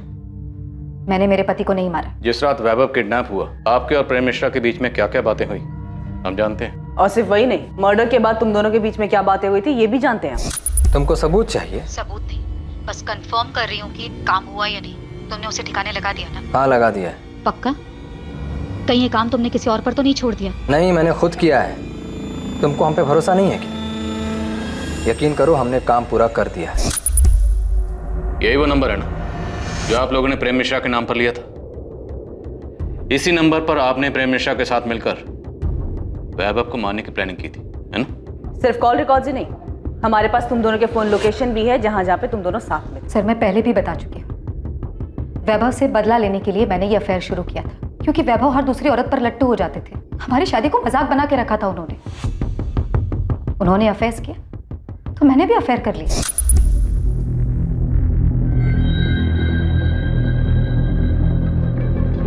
मैं जब प्रेम के साथ थी तब भी मुझे अच्छी तरह पता था कि वैभव मेरा पीछा कर रहा है, मुझ पर नजर रख रहा है। मैं वैभव के चेहरे पर वही दर्द, वही तकलीफ देखना चाहती थी। तुम्हारी हिम्मत कैसे हुई? कैसे हुई तुम्हारी हिम्मत? कैसे तुम्हारी हिम्मत? तुम्हें अगर हर दूसरी औरत के साथ सोने से पहले ना मेरी मंजूरी की जरूरत नहीं है ना, तो मुझे भी किसी के भी साथ सोने के लिए तुम्हारी मंजूरी की कोई जरूरत नहीं है। उस प्रेम को तो छोड़ूंगा नहीं मैं। उसकी नौकरी तो गई, उसकी भी जान जाएगी, देखना तुम। मैं भी ललिता को मारना चाहती थी, अब गीता को मारना चाहती हूँ। औरती अपनी हद में रहो तुम। हद में तुम रहो अपनी। तुम्हें क्या लगा? हाँ, सिर्फ तुम मुझे तकलीफ पहुंचा सकते हो। मैं तुम्हें बर्बाद कर दूंगी, समझे तुम? मुझे पता ही नहीं चला कब वैभव से बदला लेते लेते मैं प्रेम को सचमुच पसंद करने लगी थी। वैभव के मना करने के बावजूद मैंने प्रेम के साथ रिलेशनशिप कंटिन्यू किया। तो आपको पता था कि वैभव और गीता का अफेयर था? सिर्फ गीता नहीं, बल्कि मुझे उनके सारे अफेयर्स के बारे में पता था। हमारा बच्चा ना होने की वजह मैं नहीं बल्कि वैभव थे। मैंने फिर भी उनकी इस कमी को इग्नोर किया। क्यों? क्योंकि मैं उनसे प्यार करती थी, एक खुशहाल जिंदगी चाहती थी। मैंने उन्हें नहीं मारा है, और ये सब कुछ जो कॉल रिकॉर्ड्स और मोबाइल लोकेशन आप लोग मुझे दिखा रहे हैं, ये सब कुछ प्रेम ने मुझे फंसाने के लिए किया है। हाँ, हमारी बात होती थी, लेकिन उस बातचीत में कोई प्लानिंग नहीं थी, बल्कि हम आपस की बातें करते थे। लेकिन मुझे ये नहीं पता था कि प्रेम के दिमाग में ये सब चल रहा है। वो एक दिन किसी के साथ मिलकर मुझे फंसाने की कोशिश कर रहा है और यहाँ लाकर खड़ा कर देगा जहाँ पर आपको उसकी सारी बातें सच्ची लगेंगी। ये अदालत आरती जोशी, प्रेम मिश्रा, प्रकाश वर्मा और कमलेश जायसवाल को वैभव जोशी को अगवा करने की साजिश और उसके कत्ल के लिए दोषी पाती है। ये अदालत आरती जोशी को उनके पति वैभव जोशी के कत्ल और किडनैपिंग के जुर्म में 10 साल की सजा सुनाती है। आरती बहुत चालाक औरत थी। भले ही उसने आपके सामने या कोर्ट में अपना जुर्म कबूल नहीं किया, पर आपकी बनाई हुई चार्जशीट के आधार पे ही तो कोर्ट में उसे सजा हुई थी। तो क्या हम गलत थे? हो क्या गया सर आपको?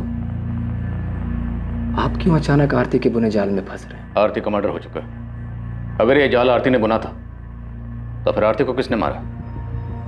उसे उसके किए की सजा मिली है सर, और कुछ नहीं। वैसे आप क्यों उसे बेगुनाह साबित करने पे तुले? वो मुझे सारा इल्जाम अपने सर लेने के लिए कह रही थी। जब हमें यहाँ से निकाला गया अपने वकील से मिलने के लिए, तब आरती मुझसे मिली थी। प्रेम, मेरे पास टाइम बहुत कम है, प्लीज मेरी बात सुनो। कितनी कमीनी निकली तुम। मेरे वकील ने सब बताया मुझे कि तुम और तुम्हारे वकील सब मुझ पे थोपने वाले। देखो आरती, अगर मैं डूबा ना तो तुम्हें भी साथ लेके डूबूंगा। प्रेम, मेरी बात तो सुनो। मेरे पास एक आइडिया है। नहीं चाहिए तुम्हारा कोई आइडिया वाइडिया। देखो, हम जैसा चाहते थे ठीक वैसे ही हो रहा है। वैभव भी मर चुका है, बस हमें एक गेम खेलना है, उसके बाद हम दोनों बच जाएंगे। उस दिन कहाँ गया था तुम्हारा ये हम दोनों? जब पुलिस के सामने चिल्ला चिल्ला कर कह रही थी कि वैभव को मैंने किडनैप किया है, मैंने मारा है, तुम्हारा इसमें कोई हाथ नहीं है। जिंदगी बर्बाद कर दी तुमने मेरी। मैंने कोई जिंदगी बर्बाद नहीं की प्रेम। एक बार ठंडे दिमाग से सोच कर देखो, अगर हम दोनों जेल में रहेंगे तो किसी काम के नहीं रहेंगे। वाह, तो अब तुम ये चाहती हो कि मैं जेल जाऊं और तुम बाहर मजे करो? देखो, मेरे पास बहुत पैसा है। अगर तुम कोर्ट में ये गवाही देते हो सबके सामने कि तुम्हें नौकरी से निकाल देने पर गुस्से में आकर तुमने ये सब कुछ किया है और इस जंजाल से मुझे अगर बाहर निकाल। ये जंजाल तुम्हारा फैलाया हुआ है। प्रेम, एक बार सोच कर देखो, हम अपनी जिंदगी नए सिरे से शुरू कर सकते हैं। इनकम की टेंशन नहीं है। वैभव की क्लास अब मेरी है। तुमने रिलेशनशिप के लिए इतना कुछ किया, अब मेरी छोटी सी बात भी नहीं मानोगे? नहीं, कभी नहीं। अगर मैं जेल गया तो तुम भी बाहर नहीं घूम सकती। और हाँ, एक मर्डर करने के लिए जो सजा मिलती है ना, दूसरे के लिए भी वही सजा मिलेगी। क्योंकि तुमने मेरे साथ जो किया है, उसके बाद अगर मैं तुम्हारा खून भी कर दूं तो मुझे कोई दुख नहीं होगा। मैं कभी सोच भी नहीं सकता था कि तुम इतनी कमीनी निकलोगे। आरती बहुत पहुंची हुई चीज थी। उसने अपने पति का मर्डर प्लान किया और मुझे भी उसका हिस्सा बना लिया, और मैं बेवकूफ उसके जाल में फंस भी गया। तुम्हारी बेल तो पहले भी ना होती, अब आरती के मर्डर के बाद तो और नहीं होगी, इसलिए कहानियां बनाना बंद कर। अब आपको मेरा सच भी कहानी लग रहा है तो ठीक है, अब आपको मुझसे कुछ नहीं मिलने वाला। और हाँ, अगर आपको लगता है कि मैं यहां जेल में बैठ करके वहां आरती का मर्डर करवा दिया तो यही सही, क्योंकि अब मुझे कोई फर्क नहीं पड़ता है। बल्कि मुझे तो इस बात की खुशी है कि वो कमीनी मर गई। अब इतना बताया तो ये भी बता दो कि तुमने वैभव जोशी को मारा और आरती को फंसाया। अगर ऐसा है भी तो क्या? आरती को वैभव मर्डर केस में सजा हो चुकी थी और अब तो आरती भी मर चुकी है। प्रेम मिश्रा, वैभव के मर्डर और आरती के मर्डर का मास्टरमाइंड आरती का भाई मोहन ठाकुर है। उसने तुमसे प्रॉमिस किया है कि वो तुम्हें पैसे देगा और जेल से बाहर निकालेगा। कमाल कर दिया सर आपने। ये सवाल आपको 2 साल पहले पूछना चाहिए था ना। उस वक्त ये एंगल हमारी नजर से छूट गया था। बोलो, क्या मोहन ने फंसाया था आरती को?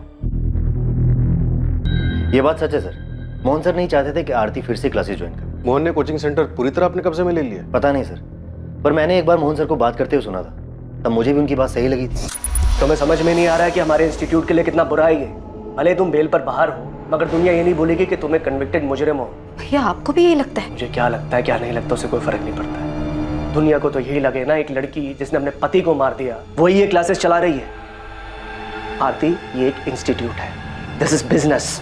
आप अच्छी तरह से जानते हैं कि मुझे फंसाया गया था। मेरी भी एक लाइफ है। हाँ लाइफ है, मगर कानूनी तरीके से जेल के अंदर। बस भैया, ये क्लास मेरी है और वैभव के बाद उनके शेयर भी मेरे हैं, और आपका शेयर सिर्फ 25% है। सो प्लीज मुझे ये बताने का आपके पास कोई हक नहीं है कि मैं क्या कर सकती हूं और क्या नहीं।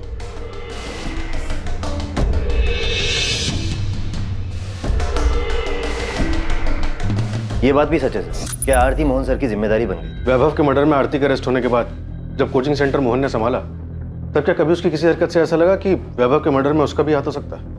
सर मुझे तो कभी उनके बिहेवियर से ऐसा कुछ लगा नहीं, पर हाँ क्लासेस में बातें होने लग गई थी कि वैभव सर मर चुके हैं, आरती जेल में है, और ये सब कुछ अब मोहन सर का ही। साहब, ये दोनों जिन्होंने आरती को मारा है वाराणसी के तो नहीं, क्योंकि मेरी टीम ने पूरा शहर छान मारा लेकिन कहीं दिखे नहीं। मेरी टीम अभी काम पे लगी है, हो सकता है आसपास की है। साहब मुझे ऐसा लगता है कि आपको आरती के भाई मोहन ठाकुर पे फोकस करना चाहिए। ना तो हमें वैभव जोशी के कॉल रिकॉर्ड से कुछ मिला और ना ही मोहन ठाकुर। आरती के कॉल रिकॉर्ड से भी ऐसा कुछ नहीं मिला जिससे हमें कोई लीड मिल सके। साहब आरती के बिल के पीछे मोहन ठाकुर की साजिश है, इसका तो कोई प्रूफ नहीं है, लेकिन हाँ उसके पड़ोसी से बात की तो पता चला कि मोहन और उसकी बीवी आरती के साथ में रहने से खुश नहीं थे। वो तो क्लासेस के लालच में उनको मजबूरी में अपने साथ में रख रहे थे। आपने जब आरती को अरेस्ट किया वो टाइम हमारे लिए बहुत अच्छा नहीं था। हमारा एक बच्चा है जो अभी क्लास 7 में आया है। आप खुद ही बोली, हर जगह आरती की खबर छप रही थी, तो बच्चे पर क्या असर हुआ होगा। तो अगर आरती के अरेस्ट होने से आपको इतनी परेशानी हुई, तो जब आरती जमानत पर बाहर आई तब तो आपको और भी दिक्कत हुई होगी। आप जैसा समझे सर, लेकिन आरती जैसी जिद्दी लड़की मैंने आज तक नहीं देखी। घर पर रहने तक तो ठीक था, लेकिन वो क्लासेस में प्रॉब्लम क्रिएट करने लगी। उसे समझ ही नहीं आ रहा था कि उसके क्रिमिनल रिकॉर्ड की वजह से क्लासेस पे क्या असर पड़ेगा। एक काम करते, आपके 25% शेयर की आने वाले 5 साल की जो इनकम बनती है ना, वो मैं आपको पे कर देती हूँ, ठीक है? आरती, इतना आसान नहीं है ये। शेयर दोगी तुम? 2 साल जब तुम पर तुम्हारे पति के मर्डर का केस चल रहा था ना, और फिर तुम्हें सजा हुई, तो यही थे जिन्होंने क्लासेस संभाली थी। ये बात बार बार बोलकर आप मुझे क्या जताना चाहती हैं? आप दोनों ने मिलकर बहुत बड़ा महान काम किया है मुझ पर। वो क्लासेस मैं और मेरे पति मिलकर चला रहे थे। वही पति जिसका तूने खून कर दिया। एक नंबर का घटिया और एहसान फरामोश इंसान था वो। बुरा मत मानो, तुम भी ना कुछ कम नहीं हो। आरती, तुम्हें पता भी है तुम्हारे यहाँ रहने से हमें क्या क्या सुनना पड़ता है। उस वक्त भी लोगों ने हमें न जाने क्या क्या कहा था। वाह, आपको तो सब याद है, लेकिन ये याद नहीं होगा कि पति का मर्डर करने वाली उसी औरत की क्लासेस की कमाई पर आप ऐश कर रही हो। लेकिन हाँ, मेरे यहाँ रहने और क्लासेस ज्वाइन करने से आप लोगों की जिंदगी तबाह हो जाएगी। तुम्हें यहाँ पर रहने से कौन मना कर रहा है? तुम रहो ना यहाँ पर, तुम्हारा ही घर है। हम बस इतना चाहते हैं कि तुम क्लासेस से दूर रहो। हमने आरती को कितना समझा, लेकिन उसने हमारी एक नहीं सुनी। क्लासेस जाना छोड़ा नहीं उसने। और आपके पति मोहन ठाकुर? मेरे पति आरती के बड़े भाई, क्लासेस शुरू करने में उन्होंने ही उसकी हेल्प की थी, जिसके बदले मोहन को कोचिंग के प्रॉफिट में शेयर मिलता है। हाँ, तो ये उनका हक बनता है, लेकिन मेरे पति लालची इंसान नहीं है कि क्लासेस के लिए अपने जीजा और बहन का मर्डर करवा देंगे। सुषमा जी, हम यहाँ सिर्फ आरती के मर्डर की बात कर रहे हैं। आपके पति ने वैभव जोशी का मर्डर किया या नहीं किया, ये तो हमने पूछा ही नहीं। ये तो आप खुद कह रही। हाँ, वो तो मैंने यूं ही बोल दिया। हो सकता है ये लोग तुम्हें भी सवाल जवाब के लिए बुलाएंगे, मगर बिल्कुल आराम से, शांति से जवाब देना। बोल दिया क्योंकि आप उन पर इल्जाम लगाए जा रहे हैं। इल्जाम तो हमने लगाया ही नहीं सुषमा। क्या वैभव जोशी का मर्डर आपके पति मोहन ठाकुर ने करवाया, और अब आरती का मर्डर भी उन्होंने करवाया? नहीं सर, ऐसा कुछ भी नहीं है।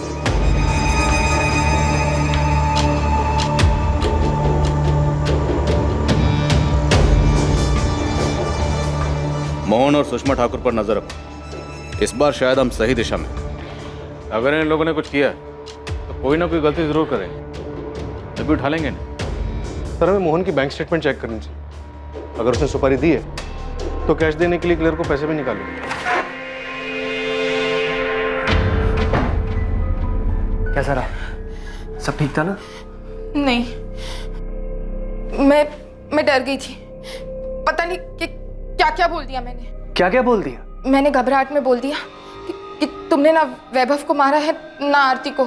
अरे सुषमा, मैंने तुम्हें सब कुछ तो समझा के भेजा था। हे यार। मोहन ठाकुर और सुषमा ठाकुर अब आरती मर्डर केस के अहम संदिग्ध थे। वैभव मर्डर केस में भी मोहन के अहम संदिग्ध होने का अंदेशा था।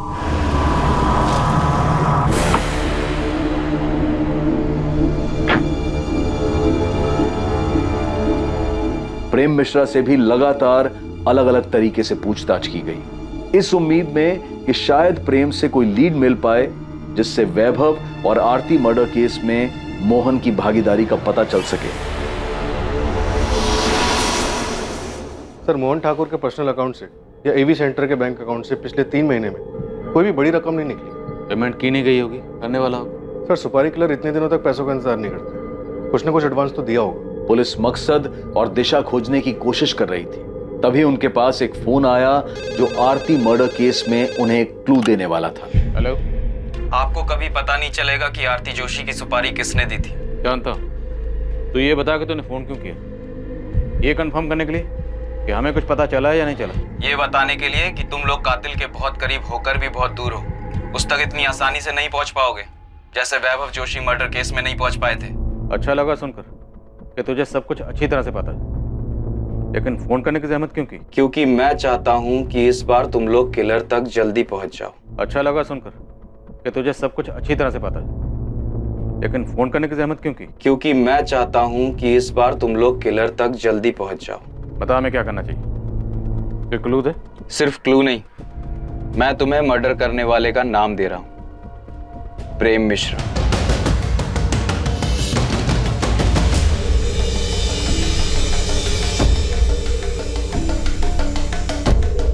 बिना पिछले 2 महीने में तो किसी भी अपराधी की बेल नहीं हुई है। क्या फिर भी आप अपने रिकॉर्ड में चेक करके बता सकते हैं कि प्रेम मिश्रा अब किसके साथ सेल शेयर कर रहा था और उनमें से कौन कौन बाहर है और किस किस से उसकी बातचीत थी? तो शायद हमें थोड़ी हेल्प हो जाएगी। पर मुझे लगता नहीं है कि प्रेम मिश्रा ने कुछ किया होगा। तुम्हें तो पता ही है कि ये स्ट्रीट शीटर्स बिना अपने फायदे के कोई भी काम नहीं करते, और भला यहाँ जेल में बैठकर प्रेम मिश्रा क्या दे सकता है उन्हें? सर, फोन इलाहाबाद के पीसीओ से किया गया था, लेकिन पीसीओ वाले को याद नहीं है कि फोन किसने किया था। इस तरह अचानक से फोन आना, प्रेम मिश्रा का नाम लेना, वैभव जोशी मर्डर केस की याद दिला रहा है। याद है वो नौकरी के नाम पर झांसा देने वाले रैकेट की इन्फॉर्मेशन के लिए फोन आया था, जो योगेश पाल ने हमें गुमराह करने के लिए किया था। सर, एक कॉल भी वैसे ही लग रहा है जैसे वैभव जोशी मर्डर के टाइम पर आरती से गुमराह करने के लिए हमें किया गया था, लेकिन इस बार शायद मोहन ठाकुर से डाइवर्ट करने के लिए किया गया। नहीं सर, मोहन ठाकुर नहीं लग रहा। सर वैभव जोशी के टाइम पर आरती हमारी प्राइम सस्पेक्ट नहीं थी और उस वक्त हमें गुमराह करने का मकसद था कि हमारा ध्यान अपने प्राइम सस्पेक्ट से आरती की तरफ न जाए। और शायद इस बार भी कातिल हमारी प्राइम सस्पेक्ट लिस्ट में नहीं है। लेकिन वो कौन है जो अभी तक हमारी सस्पेक्ट लिस्ट में नहीं है? गीता? कहीं वो गीता तो नहीं जिससे कॉलर हमारा ध्यान हटाना चाहता है?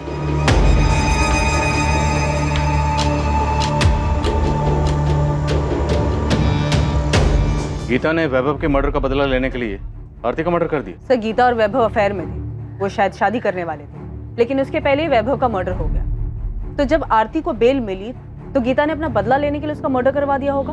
आरती को बेल किस ग्राउंड पर मिली थी? हेल्थ ग्राउंड पर सर। उसे अर्थराइटिस था। दिसंबर 2018 में आरती को जेल हुई थी। उसके भाई मोहन ने जनवरी 2019 से बेल के लिए ट्राई करना शुरू किया। आरती को फाइनली बेल मार्च 2019 में मिली।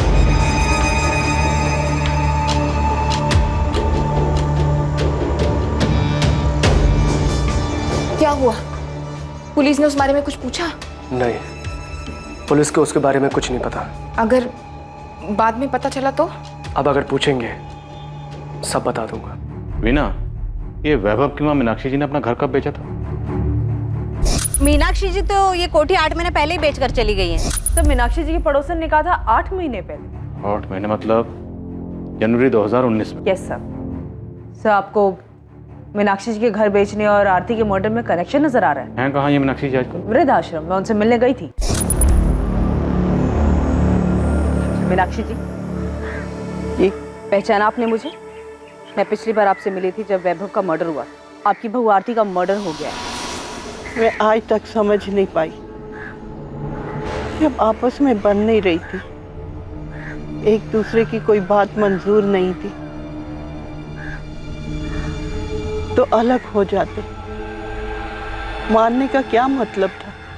उनको देख के लगा कि उनकी जीने की इच्छा ही खत्म हो गई।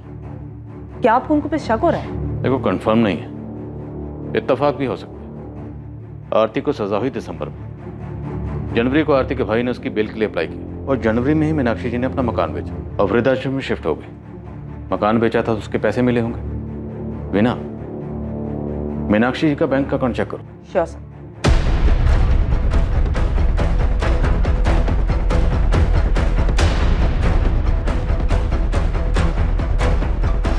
उस्मान, मीनाक्षी जोशी के कॉल रिकॉर्ड्स नहीं है क्योंकि वो फोन यूज ही नहीं करती। सर बिना फोन के कोई कॉन्टैक्ट प्लेयर को सुपारी कैसे देगा? हम मीनाक्षी जोशी के दामाद किशोर और बेटी पार्वती के कॉल रिकॉर्ड्स देख रहे हैं। उनके दामाद का कहना है कि वो और वैभव पहले दोस्त थे, बाद में रिश्तेदार बने। हम दोनों एक दूसरे के बहुत करीब थे। मैं तो वैभव को तब से जानता था जब हमारा रिश्ता बना भी नहीं था। लेकिन ये पार्वती और किशोर तो मीनाक्षी को देखने तक नहीं जाते। तुम दोनों पर नजर रख, कभी कभी तीर अंधेरे में भी निशाने पर लग जाता। मैं मूर्तिगंज पुलिस स्टेशन से assistant sub inspector Veena Shukla बोल रही हूँ। मुझे एक अकाउंट की डिटेल जल्द से जल्द चाहिए।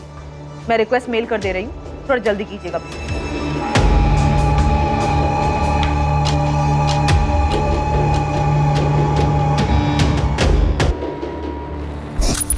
भैया ये क्या है? क्या है? पैसे निकाले? हाँ, 2 लाख किस लिए? तो तुम मुझसे हिसाब मांगोगी अब? बिल्कुल, क्योंकि आपने ये पैसे अपना शेयर लेने के बाद निकाले। राहुल का एक अच्छे स्कूल में एडमिशन करवाना था, 2 लाख रुपए चाहिए थे एडवांस फीस के लिए। मेरे प्रॉफिट शेयर में से कट कर लेना। हाँ तो आपको बताना चाहिए था ना मुझे। तुम कहना क्या चाहती हो? मैंने चीटिंग की है? मैं ये नहीं कह रही हूँ भैया, मैं सिर्फ इतना कह रही हूँ कि आपने ये पैसे निकाले और मुझे नहीं बताया। मैं भी जिंदा हूँ, मरी नहीं हूँ। सड़ रही थी तुम जेल में, मैंने दिन रात एक करके पैसा खर्च करके तुम्हें जेल से बाहर निकाला और तुम मुझ पर, अपने बड़े भाई पर चढ़ रही हो। तुम ये बात घर पर आकर भी कर सकती थी ना, वहाँ क्लासरूम में करने की क्या जरूरत थी? और अगर तुम भूल गई हो तो मैं याद दिला दूं कि तुम्हारे भैया ने भी क्लास में पैसे लगाए। भाभी वैसे भी ना भैया का बिजनेस ठप पड़ा हुआ, तो ये सारे खर्चे जो चल रहे हैं ना वो क्लासेस के पैसों से ही चल रहे हैं, तो ज्यादा एहसान जताने की जरूरत नहीं है मुझ पर। हाँ भैया, वैसे एक बात और, दोबारा आप कोई भी ट्रांजैक्शन करेंगे तो मुझसे पूछ कर ही कीजिएगा, फिर चाहे मैं जेल में ही क्यों ना। आप बिजनेस में शेयर होल्डर, मालिक नहीं।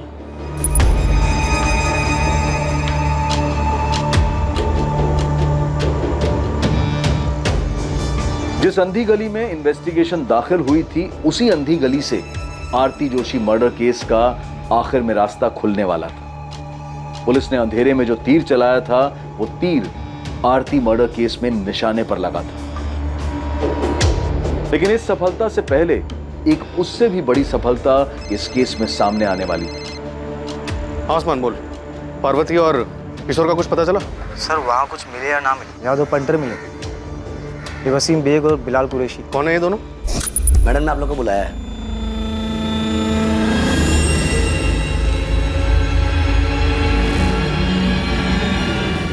साहब ये वही लोग हैं जिसका स्केच पियोन और उसके एडमिन इंचार्ज ने बनवाया था। इन्होंने आरती का मर्डर किया। साहब आप फौरन पहुंचिए, लगता है सुपारी का पैसे लेने के लिए आए। तू वहीं पे रुक, मैं 5 मिनट में वहां पे पहुंच रहा हूँ।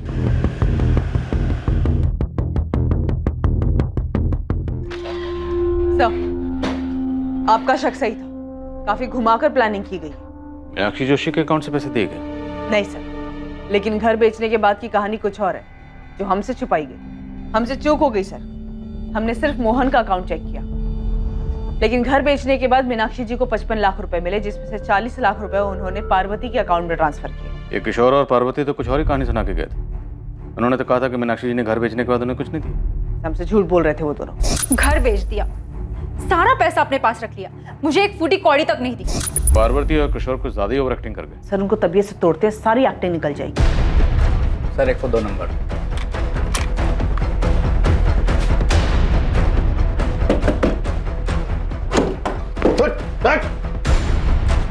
अकेला ठोकेगा या अपने पार्टनर के साथ? बुला वसीम को। वसीम! चलिए माँ जी, पार्वती और किशोर आपका पुलिस स्टेशन में इंतजार कर रहे हैं। बैलेंस पैसे लेने आए थे सर। तुम दोनों में से मुझे फोन किसने किया था? मैंने किया था सर, वो भी हमारे प्लान का हिस्सा था। एडवांस कितना मिला था? 4 लाख। और बैलेंस कितना था? 6 लाख सर। आज की तारीख फिक्स हुई थी बैलेंस लेने के लिए। ये 4 लाख है, बाकी 6 काम होने के बाद कल काम हो जाएगा।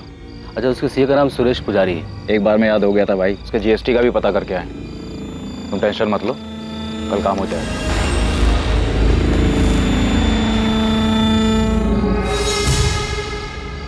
कल हो जाएगा माँ।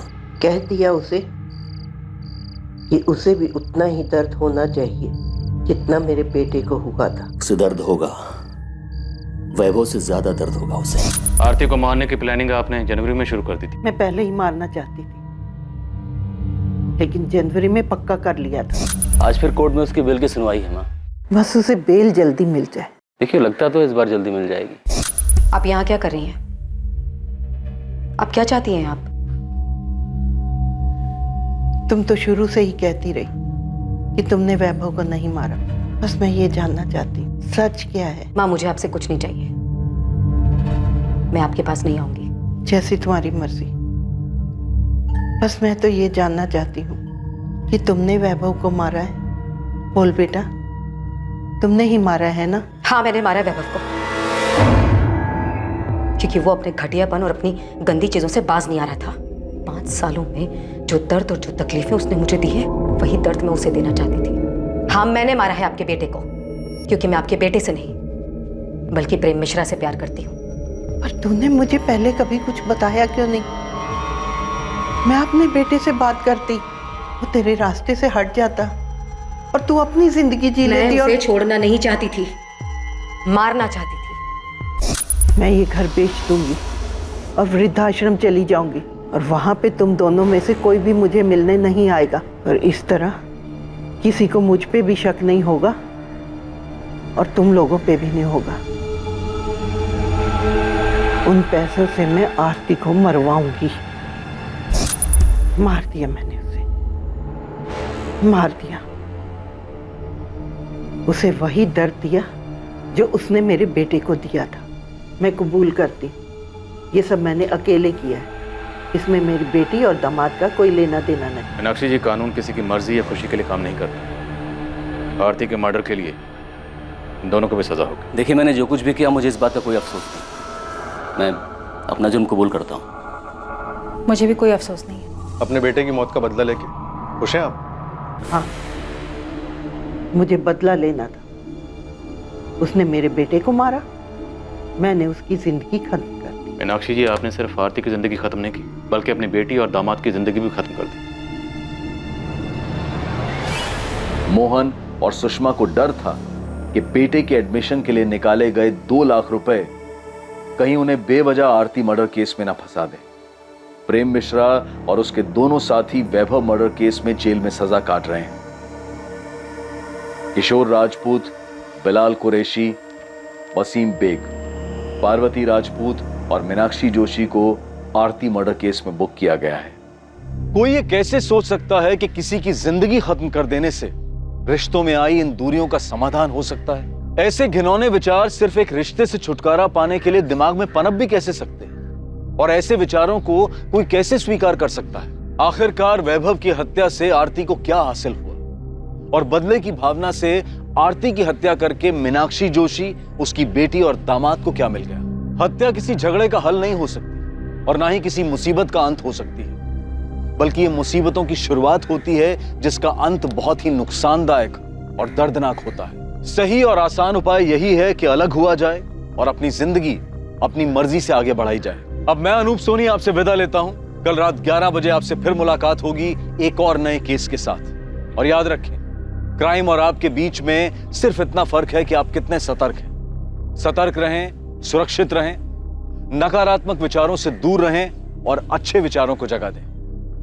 जय हिंद। इस तरह के और भी एपिसोड देखने के लिए हमारे चैनल को सब्सक्राइब करें और बेल आइकन दबाना ना भूलें।